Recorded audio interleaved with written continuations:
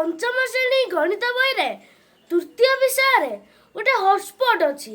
घूर्णन कौन कौन से घूर्णन कौन आम आज ता विषय जाना आम समस्ते जाचे जे गोटे वृत्त हूँ 360 डिग्री यही धारणा आम समस्त मन भर अच्छी आसतु या विषय अधिक जाना देखो मुझे गोटे वृत्त नहीं मैं समान 4 भाग में विभक्त कर प्रथम आम गोटे वृत्तर 1/4 घूर्णन करवा देखु मनकर मुझे स्थिर अच्छी आम 1/4 घूर्णन करवा तेरे मु घूरी घूरी घूरी घूरी घूरी घूरी जाए एट पहुँचबी तेरे ए प्रकार गोटे कोणटे सृष्टि हैला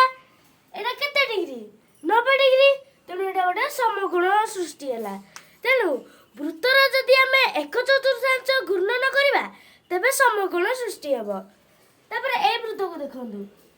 ए वृत्त को मते मु 4 भाग रे विभक्त कर देछि आमे एठी कोन करबा 1/4 रु कम घूर्णन करबा मन कर मु एठी स्थिर अछि 1/4 माने मु एठी भी आमे याठू कम घूर्णन करिया मन कर एठी रे के प्रकार कोन केमितिया चित्रटी सृष्टि हैला ए प्रकार चित्रटी सृष्टि हैला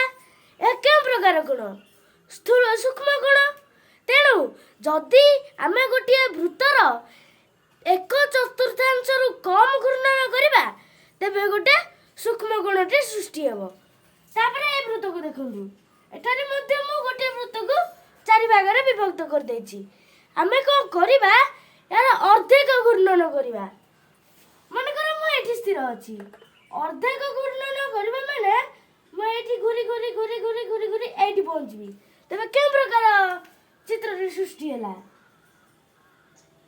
ए प्रकार चित्रटी सृष्टि हैला एटा होची गोटे सरल कोण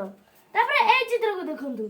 ए वृत्त को मु मते 4 भाग रे विभक्त कर देछि ए वृत्त को आमे कोन करबा 1/4 रु अधिक घूर्णन करबा एवं अर्धेक रु कम घूर्णन करबा मने कर मु एठी अछि अर्धेक माने एठी एटा माने एठी जदि मु रहबी 1/4 तेबे हम एई दुइटी मध्य रे रहबा जदि मु घुरी घुरी घुरी घुरी आसी एठी रहबी तेबे के प्रकार चित्रटी सृष्टि हैला ए प्रकार चित्रटी सृष्टि हैला एटा के प्रकार कोन स्थूल कोण